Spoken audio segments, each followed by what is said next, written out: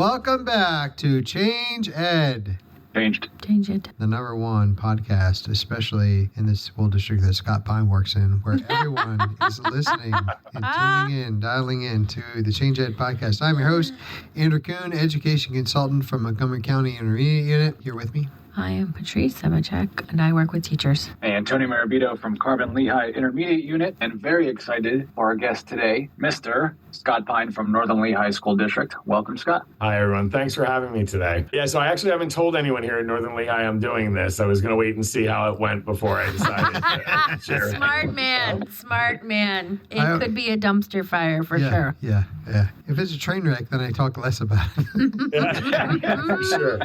I like the way you think. Now, Scott, I got to be honest with you, based off what Tony's told me, I'm already kind of disappointed because he told me that you were the bow tie guy, which is hurtful to me because obviously I'm the bow tie guy. I know. So I thought we were going to duke it out. Show him up today. Yeah, so I can't see very well, but I'm not wearing one today, actually. It's Friday, so it's casual, so no bow tie. So if you got your bow tie on, you're the only bow tie guy for today at least. Oh, you heard it here first, folks. I am the bow tie guy on this podcast, according to Scott Pyne. Lord help us all. Scott, you and I had the privilege of connecting with each other through Tony, and we had a fantastic conversation about AI, which is obviously a hot topic in education, but really the whole world. All over the globe, people are talking about it, and I really appreciated your perspective. But the thing I want to jump on first, the thing that really stuck with me from that conversation is that you have a name for what you call your AI assistant. Isn't that right? I don't know if other phone platforms did, but when the iPhone came out with the ChatGPT app, and that was the first time I had the exposure to the, sort of the dictation and the spoken word sort of platform for that, I immediately felt like I had to name this individual that I was talking to. It was the first time that I felt like, oh my gosh, I'm actually speaking. It's speaking back. We're having dialogue. And I've always been, I think, a little bit cautious while also enthusiastic about AI. And so I ended up naming her because it was a female voice. It still is. It's the Juniper voice from OpenAI, Enola. And that was after the Enola Gay, the plane that was largely responsible for what we saw as the first impact of nuclear warfare. And obviously, I mean, people make jokes about AI and make jokes about Skynet and the Terminator sort of whole thing. I mean, I hope that that's just jokes, but I think that, the introduction of nuclear warfare obviously was a horrifying thing. I actually just around that time that I had named her Enola, I had seen the Oppenheimer movie, and I realized like the consequences that were felt afterwards by the scientists who were part of that project. And I sort of feel like AI is one of those areas where, I mean, there's a lot of jumping in right now, but obviously maintaining a cautious sensibility at all times. As a side, when I asked her why she thought I named her Enola, it was because of the niece of Sherlock Holmes' name, Enola Holmes. And she thought it was because she was curious and knowledgeable and all of the things that Enola Holmes was. Needless to say, she was a little bit disappointed by the, less Look at her being optimistic, source of her name. Yeah. That's awesome. So Scott, since you named her, I have to ask, do you say like please and thank you when you're asking for? Absolutely, yeah. I totally do too. I type it out. Well, yeah. And it just came naturally because I felt like my interactions were so helpful to me. But over time, I realized like this seems like something to just be in the habit of doing, just because I guess just as an acknowledgement of respect for the power of the technology and, sort of the uniqueness of the relationship that it forms as a technology, I think, to daily work that I think is in a lot of ways different than really anything I have seen before, that I've experienced before in my life.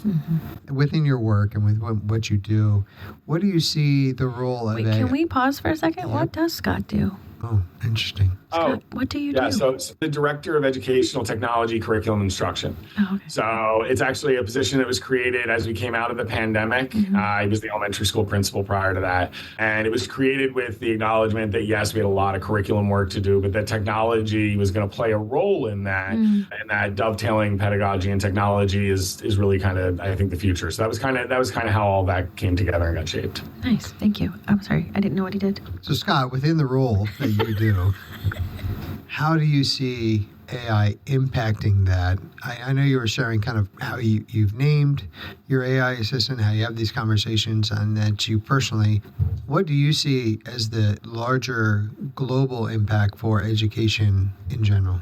Sure. So, I mean, like, obviously, I think like most people, while my thoughts may have been divided and I may have been thinking towards like educational work, a lot of the initial impact was just as a leader and as someone who works in a department of 1.5 sort of, and really benefiting right off the bat from having a thought partner, right? Having a co-pilot to kind of have a conversation with. And yes, some of those conversations were sort of meta and about AI, but I've also had plenty of other conversations to kind of help me through processes. Like last year, we went through a full-scale ELA adoption, K through 6, with a shift to structured literacy. Lots of challenges there, right? And, I mean, yes, I have colleagues I can talk to, but not at 9:30 at night when I'm having a random thought and kind of want to work through something a little bit. So like there was a lot of that. I mean, then there's also just a lot of the functional stuff. I don't know if there is a task that I completed today that AI didn't play a role in some way, right? And, I heard it put that way at one point, like it's getting to the point where you think to use it. That is like a real game changer, because up until then, like you're like, oh, I should have used this for that, right? That would have made this easier. Now, I mean, there's a whole list of tasks that I complete, all right through to curriculum writing and filling in gaps in documents that teachers prepare, and then preparing things so that they can review them and they can make the adjustments and the changes. But like having that base work there, to completing writing tasks, obviously, right? That's the obvious one. I don't know if anyone here has the paid subscription to ChatGPT, but to OpenAI's ChatGPT, but like it's incredible the strides that have come along with the working memory in there. I mean, I can sit there and I use it for a lot of meetings. I'll actually create bots that will guide a meeting, right? So if you've ever done like the digging deeper process, like, or the chow process, right, from PDE, that's cumbersome. I mean, it's basically like this giant workbook with like size 7 font and like a gazillion questions.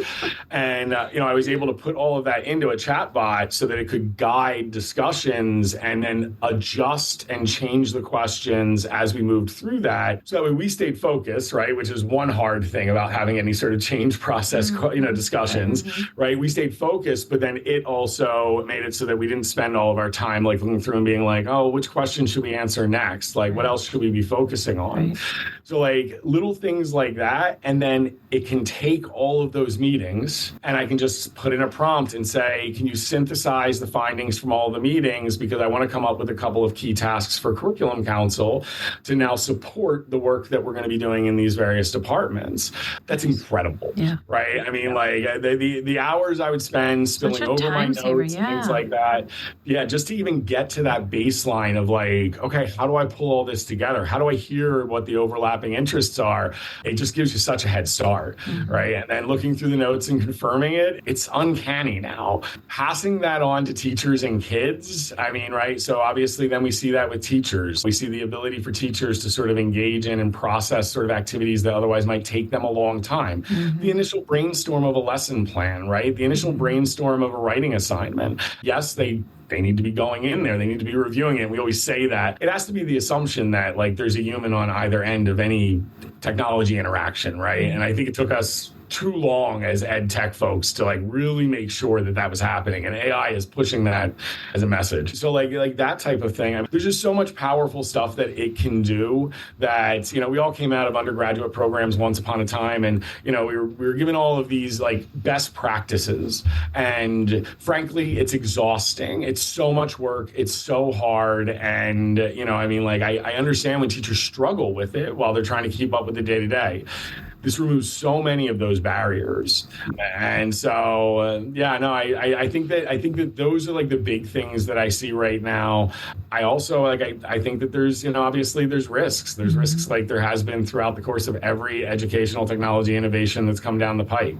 But I think that if we keep our focus on that, on the students and learning, I think there's a lot that we haven't even figured out and unlocked yet. We were afraid of calculators in Google at one point too. So I get it.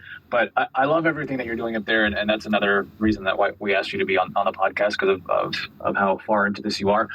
You've done it with some of your teachers, I assume, and you've used it positively with your students. What do you say to any resistors, teachers that, the first thing that comes up is cheating? Any parents, any community members? How do you have those conversations when someone says, I don't really want it, I'm not comfortable using this? Like, how do you handle those kind of situations? So I can tend to be a little bit blunt, and I've always been waiting to get in trouble for this, but if we don't teach them how to use it, they're going to learn how to use it anyway, right? We saw that with cell phones. We saw that with social media, right? I mean, these are two technologies that have perfectly fine uses, right? And we could have done more to shape those uses with our students, right? But we didn't. We kind of, a lot of schools stuck their heads in the sand and or banned things, or like just tried to do everything we could to like, we're not listening. And I would hate to see us make that mistake again. So like that was kind of my opening salvo. Beyond that, I mean, I think a lot of it comes down to, like technologies are just affordances, right? Like any technology comes out and it has an intended use, and what happens with it after that is out of the technology's control, because the technology is not an agent. It can't do anything on its own. It needs to be taken into the hands of others. So again, like if we don't shape that, then we're going to lose control of it. And I think we can. I think that actually that's really been the focus of a lot of the products that have come out, which, that gets to the equity issue, of course. But, the ability to like get these products in ways where fences can be built around those capabilities. And I'll tell you, I actually think that the original language models have been doing a really good job of that on their own, but they obviously aren't going to necessarily stop cheating. The other thing I would say is that, at the end of the day, to use these, you do have to have pretty solid language skills. To use them well, you have to have a pretty solid knowledge base, right? You have to know the questions to ask. You have to know how to interact with the answers. I honestly, if we can't find a kid who's cheating using AI, then shame on us. It certainly has a style to it. And even if that style is adapting to me, I think I probably already sounded a little bit like a robot before anyway. You know what I mean? Like the average 12-year-old, it's not like AI is going to automatically spit out something that sounds like them. Right. And we have the ability to tailor and alter the way that we structure assignments in order to just avoid it altogether, right? Like, let's avoid cheating. I really firmly hold the belief that most people don't want to cheat. You know what I mean? Most people want to have the opportunity to grow and learn. And this actually does offer the opportunity to scaffold that in, but that requires us to understand it enough to be able to do that, I think. Yeah, I might just play that back for anyone that says the cheating thing. That's great. Scott, there were two things that resonated in my mind. One is a personal experience, and one is something that I watched on a series that I love, which is Modern Family. Any Modern Family watchers here? Yeah, I watch it. Okay. Yes. There was an episode where Jay was talking to someone who has been 20 years older than him. Jay just recently retired, and he was talking about how amazing Netflix was. And he was talking about Netflix. He's like, you wouldn't believe it. You order the movie, they mail it to you, and it comes to you within 2 days. You can watch it, and then you put it back in the mail. And this guy who's, when I say 20 or 30 years older than him, like he was clearly close to the end of his life. And Jay walks away, and he says, the other guy turns to his wife, and he's like, if I ever lose it that bad, just kill me.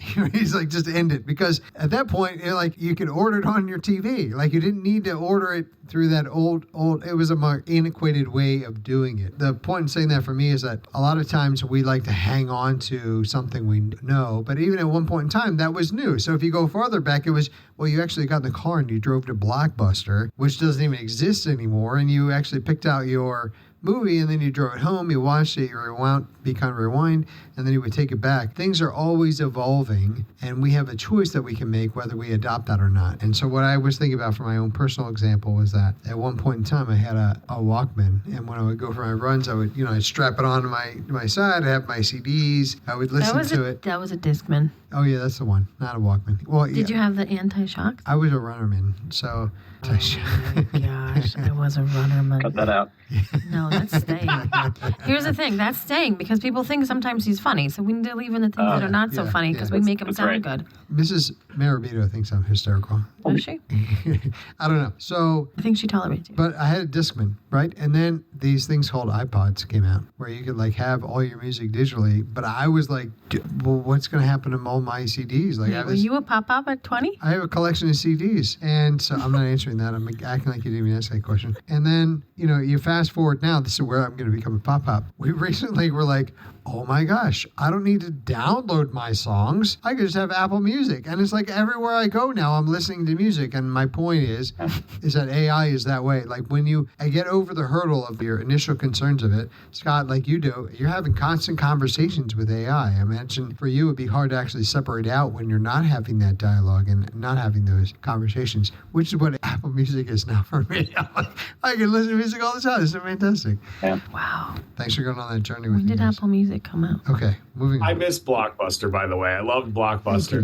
There's something about walking around and picking out the movie. We're a super unique generation. I'm assuming everyone's in the same sort of generational space that I am, right? Like we had all of those those physical life experiences, right? Like we played outside. I mean, I was out under the street light playing hockey until my mom yelled at me to come in, and also experienced that technology revolution after revolution, right? And sort of shifted our way through that. But yeah, no, I mean, I think it's a really good example. Like Blockbuster is an example of if we don't get on board with Netflix, right? We eventually lose the ability, right? Or are extremely restricted in our ability to access what we're looking for, right? And I think that if I had to predict, I think AI is like that, right? AI is something where if we put our heads in the sand or we don't teach kids about it, we don't make it part of their experience and their toolbox coming out of our system, then I think we're doing a disservice because we're setting them up for the promise of a Blockbuster that's not going to be on that corner anymore. So what I heard you say was that was an amazing analogy, Andrew.